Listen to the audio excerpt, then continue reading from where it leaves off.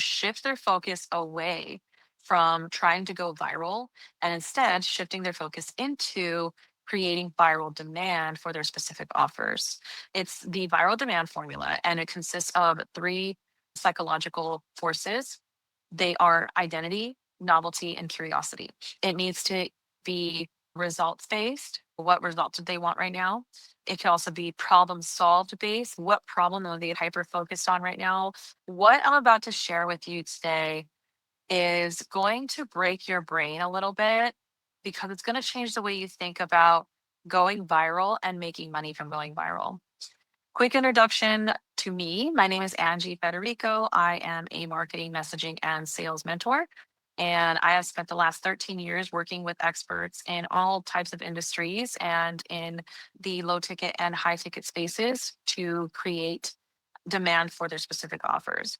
Now, one really big assumption that a lot of people make about creating viral content, about virality in general, is this: they often associate going viral with making money.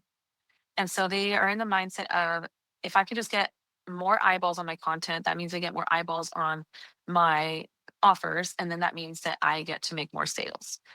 And I hate to be the bearer of bad news, but unfortunately, that's not always the case. And I would say more often than not, when the strategy stops there, when it's just, I want to go viral so I can make sales, that usually doesn't end up happening. You don't get the result that you want to. And what ends up happening instead is that way of thinking, that way of approaching your content, it ends up putting you in this very diabolical cycle of trend chasing. So that's when you find yourself on Instagram, TikTok, YouTube, wherever, and you are looking at the content that's popping off, and you're like, okay, I need to figure out how to recreate a version of this trend for myself, because you're focused on the algorithm, on trying to create content to get the algorithm to push your content. And this is exactly why I teach my students to shift their focus away from trying to go viral and instead shifting their focus into creating viral demand for their specific offers.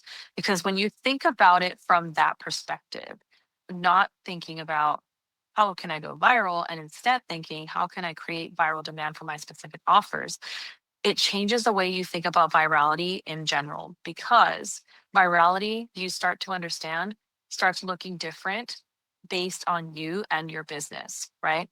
And what I mean by that is, if you, let's say you have a $25,000 coaching offer and you have the capacity to take 10, let's just say 10 clients every year, that is going to be your version of virality. If you have a $50,000 mastermind and you need to sell 100 tickets to sell out the room, then those 100 tickets, that's going to be what virality looks like for you and your business. So when you look at it that way, it starts feeling like so much pressure is lifted off of you, because you're no longer chasing the millions of views, the hundreds and thousands of likes and comments and shares. You're not trying to chase the virality in that sense anymore. And instead, you are focused, not chasing, you're focused on the whatever virality looks like for you, whatever it looks like to sell out your offers, right? It's a very cool place to be in when you look at it that way. And it really starts to change the way you start creating content around that. And there is a very specific formula that will help you do that. It's the viral demand formula, and it consists of three psychological forces. They are identity, novelty, and curiosity. And I have a very specific way that I approach each and every one of these. So it's going to be a bit different, or I would say quite different from the way people usually think about identity, novelty, and curiosity. Now, before I dive into what those pieces are, I want to tell you what they are not. So when I talk about identity, when it comes to the viral demand formula, when I talk about identity, I am not talking about your perfect fit client's ICP. I'm not talking about their ideal client or customer profile. I'm not talking about the surface level psychographics like their age and their gender and their occupation and so on. I'm also not talking about their pains and problems and desires, not in the way that most people think about when they think about identity. Okay. When I talk about novelty, I'm not talking about being a pioneer in your industry where you are coming up with this offer and with the work inside that offer that has never been done before, that nobody else in your industry has ever done, where you are creating a brand new industry, right? I'm not talking about that when we talk about novelty. And curiosity, I am not talking about clickbait. I'm not talking about vagueness. I am not talking about fake scarcity, fake urgency. I'm not even talking about testimonials or case studies when we talk about curiosity. Again, I have a very different way of approaching each and every one of these. So now let me dive into what I mean by each and every one. For identity, when I talk about this in the viral demand formula, I am talking about having a conversation that that is going to, having a conversation that people will die on the hill that they are on, defending their stance around whatever it is they believe around that conversation. And this conversation needs to do two things. It needs to make people on one end strongly agree with you. And then on the complete polar opposite end, it needs to make another group of people strongly disagree with you. So emphasis on the word strongly here, because you don't want to get a lukewarm agree, lukewarm disagree, because then you also get a lukewarm response. What I mean by that is you don't really gain traction on the content. People don't really want to engage. And by the way, this has been proven time and time again with my own content, and of course with multiple of my students, where this level of this conversation ends up being the reason why their content pops off and goes viral and actually does get the millions of views and likes and comments and shares and all the pretty stuff that everybody loves about the idea about going viral, just so you know. And it's because people are just so strongly attached to how they feel about their stance around that conversation. And when you do this correctly, you create this you create this sensation around yourself where you have all of the right people who your offers were specifically made for strongly agreeing with you. And even if in that piece of content you are not directly pushing your offers, you're still talking about a conversation that has forced them to turn their heads and look at you and ask, who the heck is this person? I want to know more about them. And they end up going and start binging your content. They look through all your links in your bio and everything. They start just looking at you, and that's how you end up getting those exact people in your inbox asking, hey, how can I work with you? But that only it's only that effective when you also apply the next psychological force, which is novelty. So, novelty, I am talking here about how you are positioning your offers and specifically in a way that psychologically, that creates a psychological feeling that what you are doing, the work that you are doing with your people is new and different from anything that they've ever tried before. And this really depends on how you are.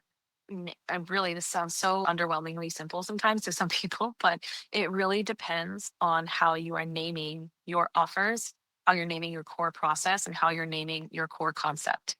Now, what you should not be doing, just to give you some idea around what I mean, what you should not be doing, what does not contribute to creating viral demand, is naming your offers, your core concept, your core process a name that sounds cool, right? Most people try to go with some type of punchy power word full name, or sometimes people in the spiritual space, or they've got more of like a woo offer. They will do something that they will give names to their offers and their core concept and process that's very flowery and fluffy and pretty. A lot of it sounds either really cool, sounds really pretty and beautiful, but remember though, sounding cool, sounding pretty, and sounding beautiful does not always mean it's going to create viral demand for your offers. And instead, the formula that I like to follow when creating offers or creating names for offers, core concepts, and core processes is it needs to either be results based. So, what results do they want right now? It can also be problem solved based. What problem are they hyper focused on right now in solving? And it can also be like relief based, right? What words are they using to describe the relief that they're feeling for getting that problem that they so badly want to get rid of solved? Okay. So Yeah. When it comes to naming, you need keep that in mind. And when you are naming it, are you naming it because this name because it sounds cool, it sounds punchy? Are you naming it because it sounds beautiful, it sounds pretty, it sounds whimsical? Or are you naming it based on the psychology of your market and what they are feeling around the main core problem that they want solved? Okay.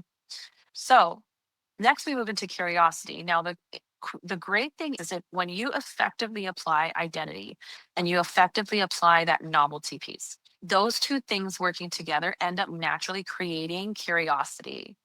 And it creates insane curiosity for your offers because one, you hook them in at the identity level because now they're like, I strongly agree with this person.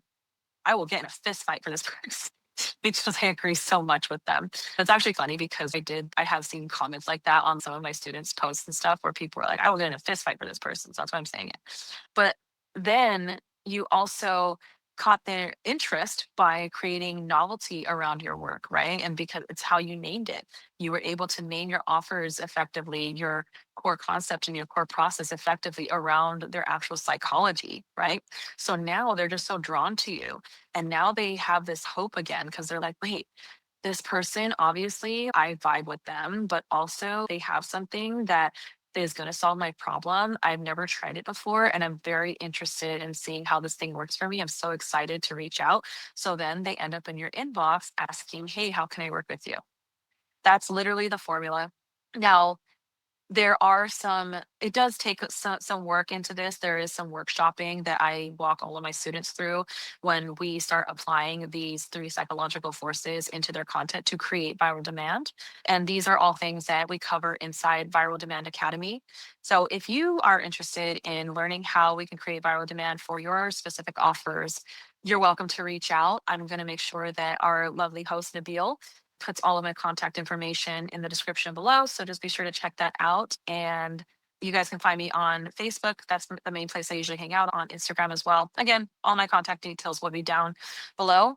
But yeah, I look forward to talking with you and I hope this was helpful today. Let us know in the comments how you feel. So bye.